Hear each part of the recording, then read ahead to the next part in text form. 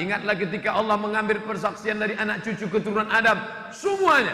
Jadi sejak zaman Nabi Adam, Idris, Nuh, Saleh, Ilyas, Ilyasa, Zakaria, Musa, Yahya, Isa, Daud, Sulaiman, sampai hari ini ruh itu sudah diambil Allah. Apa kata Allah waktu itu? Alastu bi rabbikum? Bukankah aku ini Rabb kamu? Bukankah aku ini Allah kamu? Waktu itu semuanya menjawab, bala syahidna, kami bersaksi engkau adalah Rabb kami. Tapi kemudian sampai ke dunia dia lupa. Antaqulu yaumal qiyamah, pada hari akhir kamu katakan, inna kunna an hadza ghafilin, kami tak ingat. Mereka memerlukan proses perjuangan panjang untuk mengingat itu. Ustadz Felix Xiao masuk ke dalam rahim perut orang Chinese Tionghoa, ditakdirkan beragama non muslim, lalu kemudian kuliah ke IPB, mencari 9 jam berdebat, akhirnya luluh masuk Islam.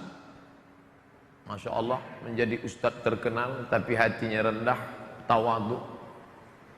Saya waktu di ceramah sepekan yang lalu di Ciganjur, Ustadz kami antar ke Bogor ya. Tak usah, saya bilang, sebentar lagi ada yang jemput. Siapa yang mau jemput Ustadz? Kita tengok aja nanti. Begitu dia buka mobil, Ustadz Felix yang jemput saya.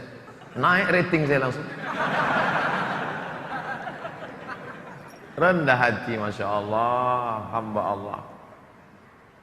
Masuk ke dalam rahim orang Sulawesi Utara, ditakdirkan sebagai agama non-muslim, bahkan menjadi pendeta, rektor sekolah tinggi teologi, mencari, masuk Islam, bersyahadat, tinggalkan jabatan rektor, tinggalkan rumah dinas, tinggalkan mobil pribadi, tinggalkan nama besar, tinggalkan profesor, mencari, dan sekarang menikmati hidup sebagai dai muslim. Ustadz Yahya Waloni masuk ke dalam perut orang Tapanuli Utara, terlahir dengan nama yang bisa dibaca dari kiri, bisa dibaca dari kanan, Nababan. Mencari, akhirnya bersyahadat, jadi ustadz terkenal, Ustadz Nababan. Ini perjuangan mereka luar biasa. Begitu juga dengan Ibu Irene Handono yang diundang beberapa kali di Riau. Ini mereka perjuangannya luar biasa.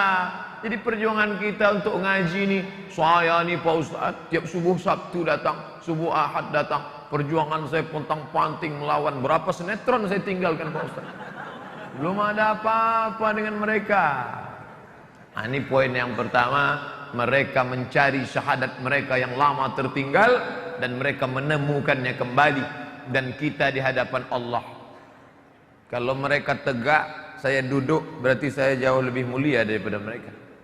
Padahal di hadapan Allah mereka jauh lebih mulia. Abdul Somad, kau tak ada perjuangan sama sekali. Emakmu muslimah, ayahmu muslim, sekolah agama, ke Mesir, ke Maroko, pulang ke Pekanbaru.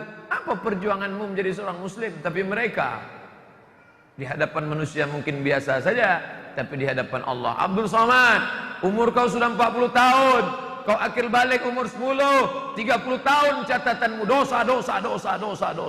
Tapi saudaraku Jaya yang maju tadi, catatannya dimulai dari 0, tak berdosa sama sekali. Di dunia ini yang tak berdosa 0, 2. Pertama mu'alaf, yang kedua pegawai Pertamina. Ulangi dari 0.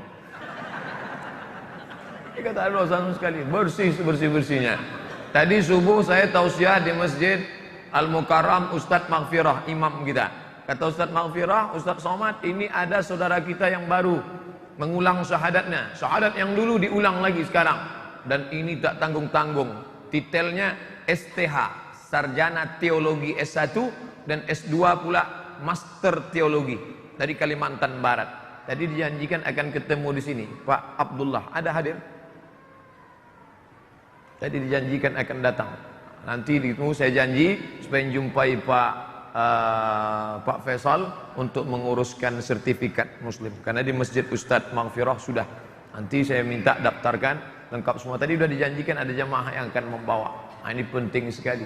Mengapa begitu? Karena kita perlu ada catatan, ada administrasi. Yang pertama, bahwa mereka tidak bersyahadat, tapi mereka mengulang syahadatnya. Pahami dengan baik, dengan perjuangan yang luar biasa. 2, mengapa mereka masuk Islam? Ada asbab, ada sebab.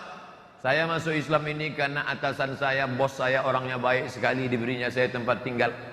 Saya tengok. Kenapa masuk Islam? Saya begini. Setiap yang bersyahadat Sabtu subuh, kalau kita tengok, siapa yang membimbing ini? Nanti pulang kemana? Pulang ke rumah kami Pak Ustadz. Ada orang Islam yang menjadi jembatan hidayah. Hidayah datang dari Allah. Dia bukan penceramah, dia bukan ustadz, dia tidak pernah di Mesir, bukan tamat Madinah, bukan doktor, bukan buya, bukan kiai, manusia biasa. Tapi gara-gara dialah orang menemukan syahadatnya, menjadi asbab hidayah. Pernahkah Anda menjadi asbab hidayah? Kalau sudah pernah, pegang kuat, tambah lagi. Tapi yang belum, cari. Kira-kira siapa yang bisa bersyahadat gara-gara saya? Tapi setelah dapat, jangan update status langsung. Alhamdulillah sudah 5 yang bersyahadat gara-gara saya. Bagi yang suka tolong like and share. Amin. Minta betul. Biarlah Allah yang mencatat dengan para malaikatnya. Inna alaikum la'afizin kiraman katibin. Dicatat oleh para malaikat. Engkau sudah membawa amal yang besar. Sebesar apa? Ayyadiyallahu bika rajulan wahidan. Satu orang dapat hidayah karena engkau, bukan karena ceramahmu, tapi karena sikapmu, karena lembutmu, karena kau perlakukan dia macam saudara kandungmu, lunak hatinya, bersyahadat dia, masuk Islam dia. Khairum min umurin ni'am. Lebih baik daripada kau memiliki seekor kendaraan unta yang merah. Tak ada apa-apanya. Dalam riwayat lain, khairum minad dunya wa fiha.